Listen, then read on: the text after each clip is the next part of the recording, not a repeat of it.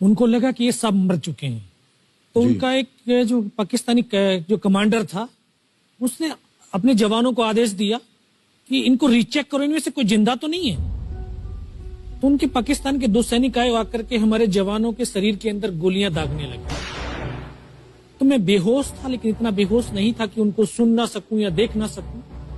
तो जो मेरे सामने वाले साथी को जो सीने में आकर 4-4, 5-5 जो राउंड के ब्रस्ट मारे, डेड बॉडी ऐसे उछलती थी ऊपर की तरफ, सामने वाले को मारा, बगल वाले को मारा, मैं भी इस तरह से ऐसे पड़ा हुआ था। उसने फर्स्ट में यहां पर ब्रस्ट मारा, फिर मेरे पैर में 2 जगह पे मारा। उसको मैं देख रहा हूं कि धुआं निकल रहा है, लेकिन उस गोली की पीड़ा को चुपचाप पड़ा सहता रहा और उनको यकीन हो गया कि इनमें से कोई जिंदा नहीं। फिर बहुत गालियां दी, बूट की ठोकरें मारी। फिर काफी देर के बाद में उनका जो कमांडर था उसने बोला कि इनके वेपन उठा लो, और नीचे जो हिंदुस्तान का पोस्ट है उसके ऊपर दूसरे जो उनके साथी थे उनको सूचना दिया, उसके ऊपर कब्जा हमला कर दो। फिर ये आवाज भी सुनी तो मुझे लगा कि यार आज तो मेरी पूरी टीम खत्म हो जाएगी। दोबारा से उसके साथी आए, पाकिस्तान के सैनिक आए और हमारे जवानों के शरीर के अंदर गोलियां दागने लगे। उन्होंने फिर उसी रोटेशन से गोली मारी। तो जब 1 कदम आगे गया तो उसने राइफल मेरी सीने की तरफ तानी। तब मुझे लगा यार अब नहीं बचूंगा, लेकिन कहते हैं कि जाको राखे साइयां मार सके ना कोई। जब उसने गोली चलाई तो यहाँ पे पर्स में 5-5 रुपए के कुछ सिक्के भी थे। जब गोली जाकर के सिक्कों पे टकराई तो मुझे भी आभास हुआ कि तो मर गया हूं। पाकिस्तान का दूसरा सैनिक आया, उसने आकर के मेरा AK-47 उठाया और वापस मुड़ा तो उसका पैर मेरे पैर से टकराया हो। तब मुझे लगा कि यार मैं तो जिंदा हूं। तब मेरे पास एक हैंड ग्रेनेड था, मैंने उसको पिन निकाली और उसके ऊपर ऐसे फेंका तो कोट के अंदर हुड लगे हुए, हुड के अंदर वो गिरा जी। उसने तुरंत पीछे की तरफ मुड़ के देखा, पीछे तो कोई मूवमेंट था नहीं। तो जब तक वो ग्रेनेड को निकाल पाता, ग्रेनेड फट गया। यहां से उसका पूरा सर उड़ा और वो हमारे ऊपर आकर के गिरा। जो पाकिस्तान के दूसरे सैनिक थे उनमें खलबली मची कि इनमें से कोई जिंदा है, कुछ बोले जिंदा नहीं, नीचे से रिइंफोर्समेंट आ गई। तो उनमें खलबली मची। मेरा पास वही एक मौका था, मैंने दोनों हाथों से उसकी राइफल को उठाने की कोशिश करी, ये हाथ हिला नहीं।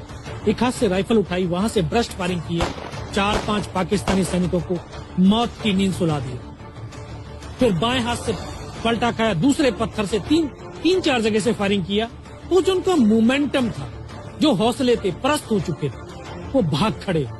2-3 मीटर गया, जाके देखता हूँ सामने उनके लंगर चल रहे, उनका लिविंग टेंट बना हुआ, उनके जो हैवी वेपन का डिप्लॉयमेंट था वो सब कुछ वहां पे लगा हुआ। उस समय जहन के अंदर एक ही पागलपन था, अपने साथियों को बचाना। फिर मैं वापस धीरे धीरे रेंगता हुआ अपने साथियों तक आया। फिर मुझे लगा कि इनमें से हो सकता है मेरी तरह कोई साथी होगा, जिंदा होगा। उनको देखा, किसी का सर फटा हुआ था, किसी के फेफड़े निकले हुए थे। बहुत देर बैठकर रोया भी, फिर अपने आप को संभाला। चारों तरफ बर्फ ही बर्फ, पहाड़ी पहाड़। यह भी पता नहीं कि हिंदुस्तान किधर है, पाकिस्तान किधर है। 2.5 साल की सर्विस, 19 साल की उम्र, न उम्र का तजुर्बा न सर्विस का अनुभव। जाऊं तो जाऊं कहां। मैं बहुत 500 मीटर लगभग नीचे रोल करता हुआ आया और अपने साथियों जो नहीं चढ़ पा रहे थे दुश्मन की भारी फायरिंग की वजह से, वहां तक पहुंचा। फिर उनको उन्होंने मुझे पकड़ा, वो फर्स्ट एड दिया। फिर वहां से जो हमारे कमांडिंग ऑफिसर थे कर्नल कुशाचंद ठाकुर, फिर उनको सूचना दिया। तो ये लगभग 1:30-2 बजे का समय था। वहां से फिर कमांडिंग ऑफिसर तक मुझे ले जाया गया। फर्स्ट एड तो हुआ, लेकिन ब्लड इतना निकल चुका था कि दिखाई देना बिल्कुल बंद हो गया था। जब उनके पास पहुंचा तो उन्होंने बोला, बेटा मेरे को पहचानता मैं कौन हूं? बस अब आवाज सुनाई दे रही है। बोला, मैं तेरा कमांडिंग ऑफिसर कर्नल कुशालचंद ठाकुर। मैं, जय हिंद साहब, बहुत तेज सर्दी लग रही है। तो उनका जो लिविंग टेंट था उसमें के अंदर लेटाया, 3-4 स्टॉप जलवाए, थोड़ी सी गर्मी महसूस हुई। मैं, साहब थोड़ा सा पानी पिला दो। बोला, ठीक है पानी पिलाते हैं। तभी डॉक्टर साहब आए गए, उन्होंने ग्लूकोज की बोतल पिलाई, थोड़ी सी एनर्जी महसूस हुई। उन्होंने बोला, बेटा कुछ बता सकता हूं? मैं कहा, सब बता सकता हूं। तो उनको बताया कि सर ऊपर ये घटनाक्रम हुआ है और ये वहां की इंफॉर्मेशन है।